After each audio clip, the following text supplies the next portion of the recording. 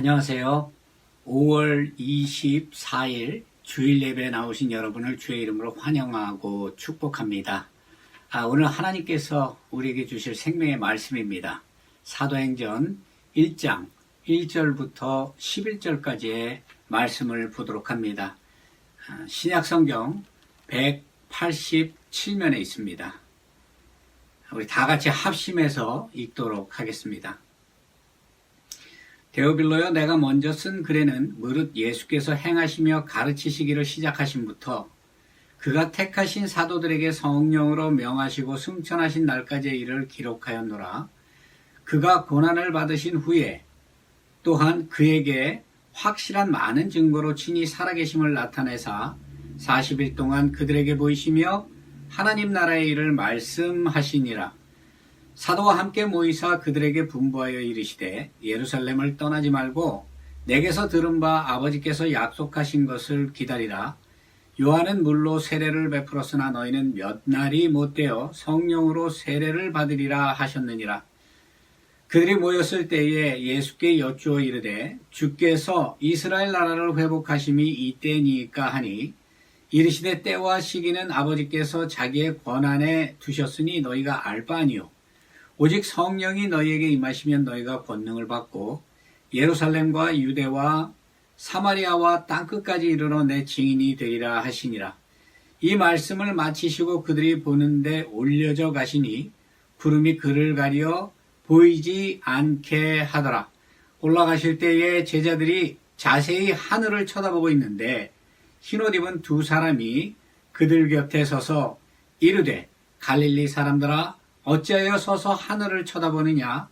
너희 가운데서 하늘로 올려지신 이 예수는 하늘로 가심을 본 그대로 오시리라 하였느니라. 아멘. 살아계신 하나님의 말씀입니다. 우리가 이 사도행전이란 말, 이 말을 영어로 Acts of the Apostle이라고 이렇게 말씀을 합니다. 즉 사도들의 행적이라는 것이죠.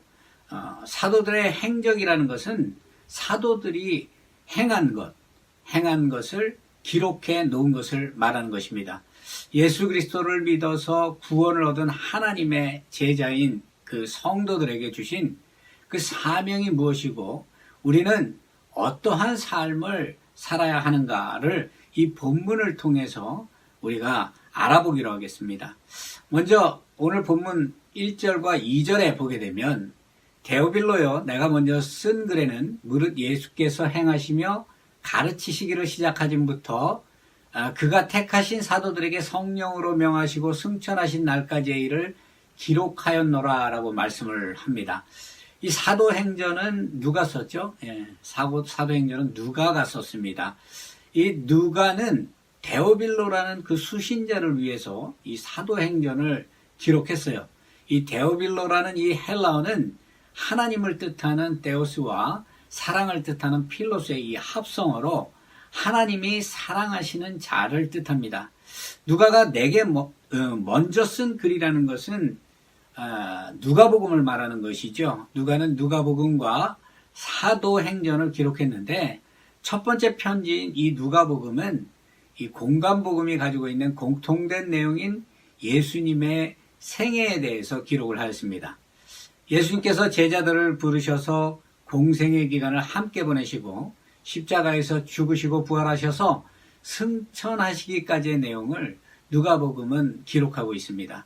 누가는 두 번째 책인 그 사도행전을 통해서 약속하신 성령이 임한 사도들이 이 복음을 붙들고 하나님의 나라를 이루어 나아가는 이 사도들의 그 행적을 기록한 것이에요.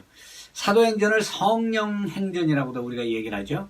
예수님께서 부활 승천하시고 약속하신 성령이 임하게 될 때 비로소 제자들을 통해 하나님의 나라를 이루어 가시는 것을 나타냅니다. 하나님의 나라는 신구약 그 성경 전체의 핵심적인 메시지이기도 합니다. 마가복음 1장 15절에 보면 예수님께서 공생애를 시작하실 때 때가 찼고 하나님의 나라가 왔으니 회개하고 복음을 믿으라 라고 이렇게 말씀을 하셨어요. 예수님은 사역의 처음부터 이 하나님 나라에 대해서 말씀을 하셨습니다. 그리고 공생의 기간 동안에 하나님의 나라에 대해서 가르치셨고 부활하시고 승천하시기 전에도 이 하나님의 나라에 대해서 말씀하신 것이에요. 그렇다면 우리가 이 핵심이라고 얘기할 수 있는 이 하나님의 나라는 무엇인가 하는 것을 우리가 분명히 알아야 할 것입니다.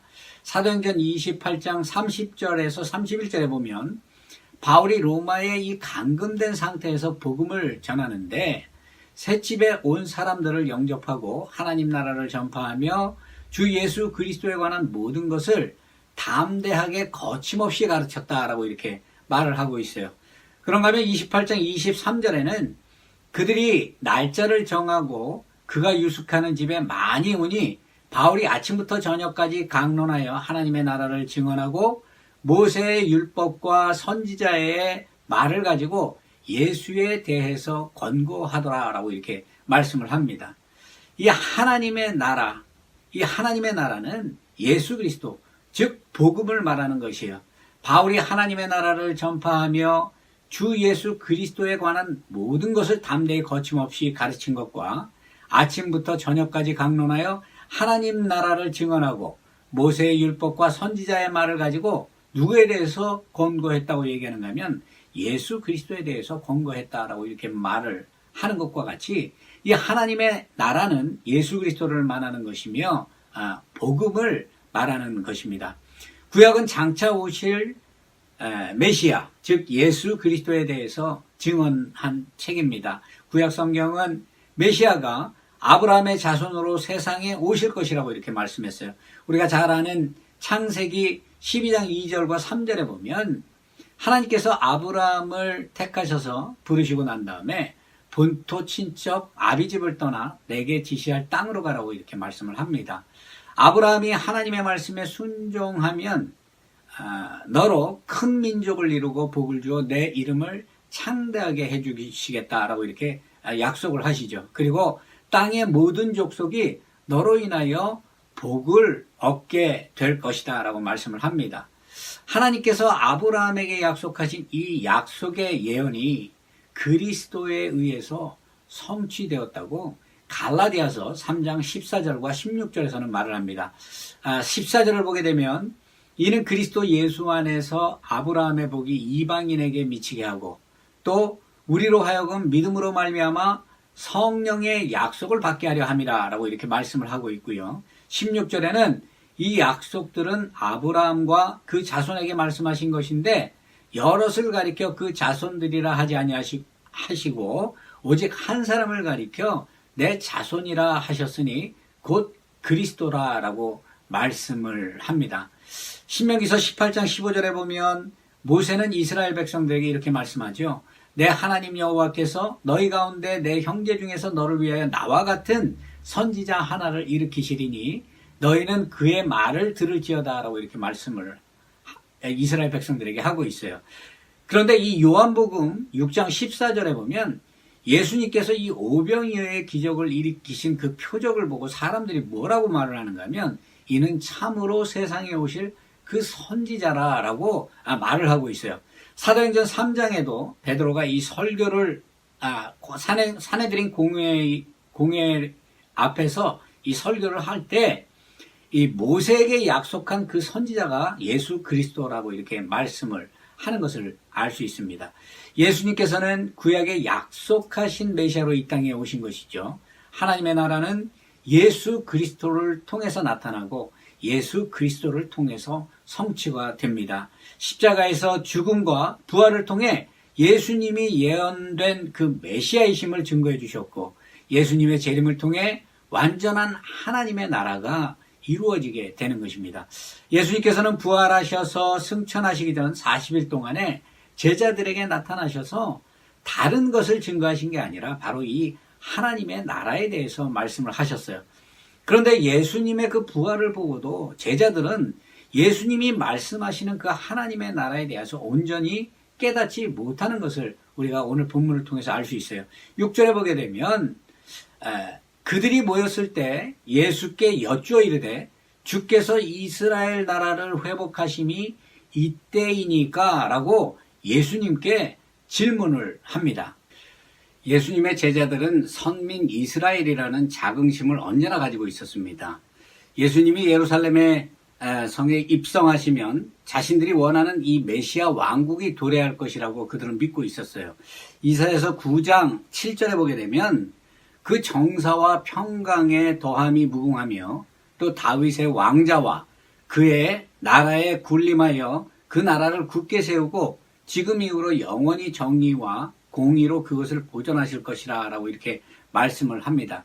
제자들은 이스라엘 나라의 회복의 때가 이때입니까? 라고 예수님께 이렇게 질문을 하죠. 이것을 영어 번역으로 보게 되면 Lord, are you at this time going to restore the kingdom to Israel? 이라고 이렇게 되어 있어요.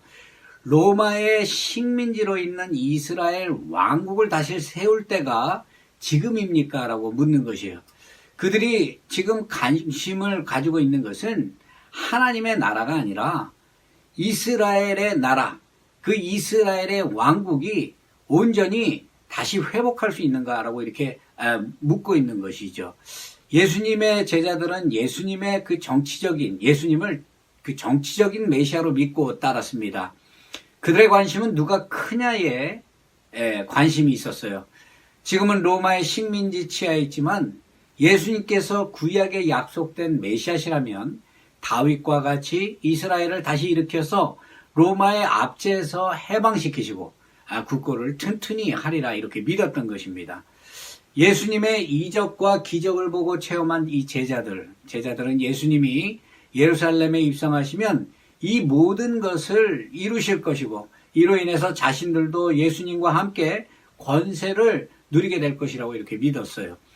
예수님의 왼쪽과 오른쪽에 앉아 권력을 누릴 것을 희망하고 있었습니다. 그런데 예수님이 잡히시고 저주의 십자가에 매달리자 제자들은 예수님을 부인하고 다 도망한 것을 우리는 알 수 있어요. 예수님의 고난과 십자가의 죽으심을 본 제자들은 소망을 잃고 절망 속에 모여 있었습니다.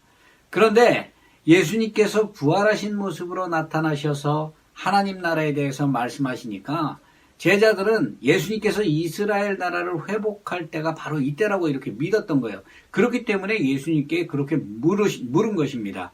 제자들은 죽음을 이기고 부활하신 예수님께서 자신들이 바라고 소망하던 대로 이스라엘을 로마의 압제에서 해방시키고 다윗과 같은 정치적인 메시아로 오셔서 예루살렘에 입성하시게 되면 그 나라를 더욱더 굳건하게 세우고 정의와 공의로 다스릴 때가 지금이라고 분명하게 믿고 있었던 거예요.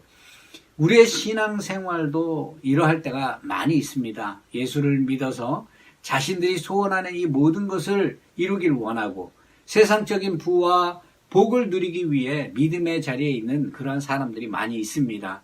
기독교가 가지고 있는 가장 큰 문제가 무엇이에요? 바로 기복신앙이에요. 무조건 예수 그리스도를 믿으면 세상적인 모든 것을 다 누리고 모든 것이 다 치유되고 회복된다고 이러한 믿고 따르는 그러한 믿음입니다. 예수님께서는 누구든지 나를 따라오려거든 자기를 부인하고 자기의 십자가를 지고 나를 따라야 한다라고 이렇게 말씀하셨어요. 예수님과 동행하기 위해서 우리가 어떻게 해야 하는가를 말해주는 것이죠. 예수님과 동행하기 위해서 우리가 먼저 해야 할 일은 자신을 부인하는 일입니다. 나를 부인하고 우리가 져야 할 십자가가 있다는 것이에요. 그렇다면 우리가 진정으로 나를 부인하고 져야 할 그러한 십자가가 무엇입니까? 그 십자가는 사랑의 자리이고 희생의 자리입니다.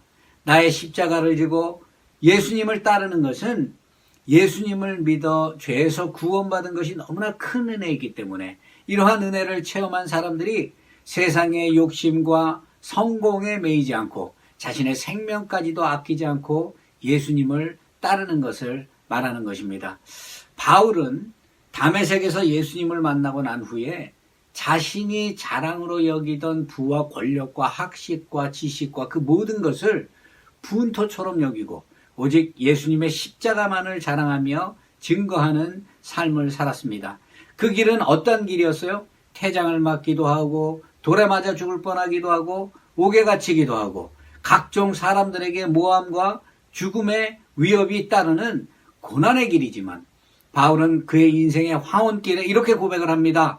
내가 선한 싸움을 싸우고 나의 달려갈 길을 마치고 믿음을 지켰으니 이제 내게 의의 면류관이 예비되었다라고 이렇게 고백을 하죠. 예수님과 동행하는 사람은 예수를 믿음으로 고난이나 모욕이나 괴로움이나 또 다른 감당할 수 없는 어려움이 우리 앞에 있다 할지라도 이를 기쁨으로 여기고 감사함으로 여기고 기꺼이 그 모든 것을 감당하는 사람들입니다.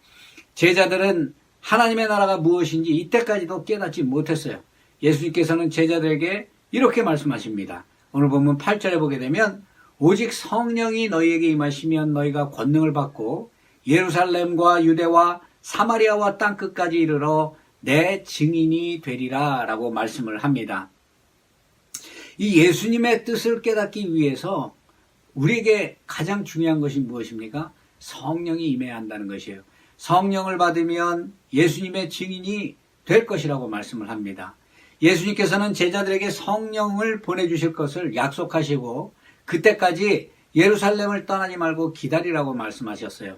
예수님이 약속하신 성령이 임하면 그 성령이 임한 자리에 임한 사람들은 권능을 받고 예루살렘과 유대와 사마리아와 땅끝까지 이르러 내 증인이 되리라 라고 말씀을 합니다. 이 증인이라는 말, 이 말을 헬라어로 보게 되면 마르티레스라고 이렇게 말을 하는데 이 증인은 우리가 잘 알다시피 재판에 출두해서 증거하는 사람들을 얘기합니다. 우리가 어떤 재판에 증인을 쓰게 되면 먼저 서약을 하죠. 위증을 하지 않겠다고. 증인은 자기가 보고 느끼고 깨달고 체험한 그대로를 증거하는 것이 바로 증인이에요. 예수님의 이 제자들은 예수님과 함께 다니면서 그 공생의 기간 동안에 예수님이 이적을 나타내시고 기적을 나타내시고 예수님이 행하셨던 그 모든 것을 증거하는 사람들이에요. 복음을 전하다가 순교한 사람들을 증인이다라고 이렇게 말씀을 합니다. 율법이 시온에서부터 나오며 여호와의 말씀이 예루살렘에서부터 나올 것이라는 이 예언처럼 하나님의 복음은 증인들을 통해서 예루살렘과 온 유대와 사마리아와 땅끝까지 증거될 것입니다. 예수님의 뜻을 알지 못하던 제자들이 마가의 다락방에 모여 있을 때 약속된 성령이 임하고 그들이 권능을 받아 복음을 증거하는 증인으로 완전하게 변화되었습니다. 예수님의 제자 중에 수장인 베드로는 그 누구보다도 예수님을 열심을 내며 따랐던 그런 사람입니다. 하지만 예수님께서 로마 군병에 의해 붙잡히시고 난 다음에 고난을 당하자 예수님을 부인하고 저주까지 했어요. 부활하신 예수님은 베드로를 찾아가셔서 예수님께 자신의 그 사랑을 다시 한번 확인하고 예수님이 주시는 그 사명, 나의 양을 치라는 그 사명을 주셨습니다. 부활하신 예수님을 만났음에도 불구하고 이 베드로가 다른 제자들과 같이 하나님이 이 땅에 오신 목적과 그 뜻을 깨닫지 못했습니다. 하지만 오순절 다락방의 성령을 체험한 이 베드로는 예수님을 십자가에 죽인 사내들인 공회 앞에서 담대히 죽음을 두려워하지 않고 담대히 복음을 증거하는 것을 우리가 알 수 있습니다. 이러한 변화는 인간의 힘과 인간의 능으로 우리가 마음을 먹고 마음을 결심했다고 해서 이루어지는 것이 아닙니다. 성령이 임하고 성령의 권능이 우리 안에 임할 때 우리에게 이러한 담대한 증인의 사명이 부어지는 것이에요. 그렇기 때문에 이러한 성령의 충만함을 받은 사람들은 그 복음을 예수 그리스도의 그 살아계심과 예수 그리스도의 십자가의 죽으심과 그 부활에 대해서 증거하지 않고는 견딜 수가 없는 것이에요. 예수 그리스도를 믿는 자들을 핍박하고 옥에 가두고 죽이는 것을 당연하게 여기던 바울도 다메섹에서 예수님을 만나고 예루살렘과 유대와 사마리아와 땅끝까지 그 복음을 증거하는 증인으로서의 삶을 살았습니다. 복음의 핵심은 무엇입니까? 바로 예수님의 십자가입니다. 예수님께서는 우리의 죄를 대신해서 십자가에서 죽으시고 부활하심으로 우리의 죄를 대속해 주셨습니다. 죄와 사망 권세 아래서 종노릇하던 우리를 의롭다 하시고 구원으로 인도해 주셨어요. 성도는 약속된 성령을 받음으로 예수 그리스도를 마음으로 믿어 구원을 얻은 사람들입니다. 예수님께서는 우리에게 그렇게 말씀을 하고 계신 거예요. 내 증인이 되리라. 예수 그리스도를 증거하는 증인으로 하나님께 영광 돌리는 저와 여러분이 되어야 할 것입니다. 복음을 증거하는 삶을 살기 위해서는 위로부터 능력을 받아야 합니다. 그 능력이 무엇이에요? 성령 충만함이에요. 성령 충만함을 받아야 우리가 복음을 증거할 수 있게 되고 하나님께 순종하고 하나님의 말씀대로 우리가 살아갈 수 있는 것입니다. 마가의 다락방에 약속된 성령이 임하니까 제자들이 권능을 받아서 나아가 복음을 증거했어요. 성령의 충만함을 받은 베드로가 복음을 전하자 안진뱅이가 일어나고 하루에 3,000명이 돌아오는 그러한 역사가 일어났습니다. 우리는 모두 복음의 증인이에요. 어두운 세상의 빛과 소금의 역할을 감당하는 증인의 삶을 살아가야 합니다. 여러분, 우리가 복음을 증거하는 증인으로 산다는 것이 꼭 우리가 많은 선교사들이 자신의 그 생명을 아끼지 않고 다른 오지에 나아가서 선교 활동을 하고 그곳에서 복음을 증거하는 것, 이것만이 증인된 삶이 아닙니다. 우리가 우리의 삶 속에서 우리의 주어진 여건 속에서 정말 매일매일 만나는 사람들에게 힘을 주고 위로를 하고 그 사람들을 권면하고 그 사람들에게 도움이 될 수 있는 그러한 말 한마디를 우리가 온전하게 할 때 그러한 우리의 삶을 통해서 살아계신 예수 그리스도가 증거되고 사람들이 변화되고 우리에게 돌아오는 것이에요. 우리에게 주신 그 사명 무엇이에요? 예수님이 우리에게 주신 그 말씀을 가지고 세상에 나아가 그 복음을 증거하는 것입니다. 우리가 아는 그대로 하나님의 말씀을 증거할 때 그 말씀이 능력이 돼서 그 말씀의 능력을 통해서 사람들이 변화되게 되고 하나님의 때에 그들이 온전히 하나님께 돌아오는 그러한 역사가 일어나는 것입니다. 우리에게 능력 주시는 자 안에서 우리가 모든 것을 할 수 있어요. 하나님의 권능이 임하고 성령 충만함이 우리 안에 있을 때 우리는 그 믿음을 가지고 그 말씀을 가지고 그 복음을 붙들고 나아가 세상 속에 증거하는 증인의 삶을 살게 되는 것입니다. 이번 한 주간 우리가 삶을 살아갈 때 이러한 축복이 저와 여러분의 삶 속에 언제나 함께하기를 축원합니다. 기도하겠습니다. 할렐루야. 하나님 아버지 감사합니다. 오늘 저희들에게 이렇게 거룩하고 복된 주일을 허락하여 주시고 우리가 마음을 다하고 뜻을 다해 주님 전에 주님께 나와서 하나님을 경배하고 하나님의 말씀으로 하루를 시작할 수 있도록 아버지 은혜 베풀어 주심에 감사를 드립니다.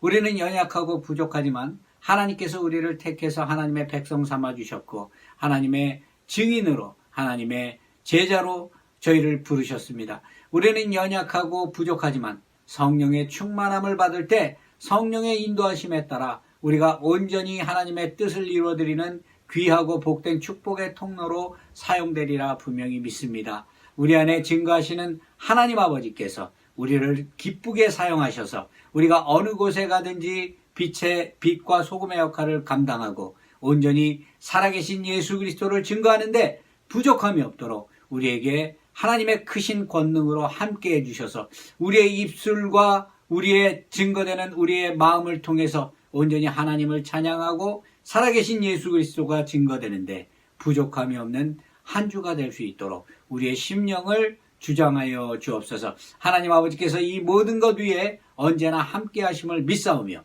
이 모든 말씀 우리 주 예수 그리스도의 이름 받들어 간절히 기도드리옵나이다. 아멘.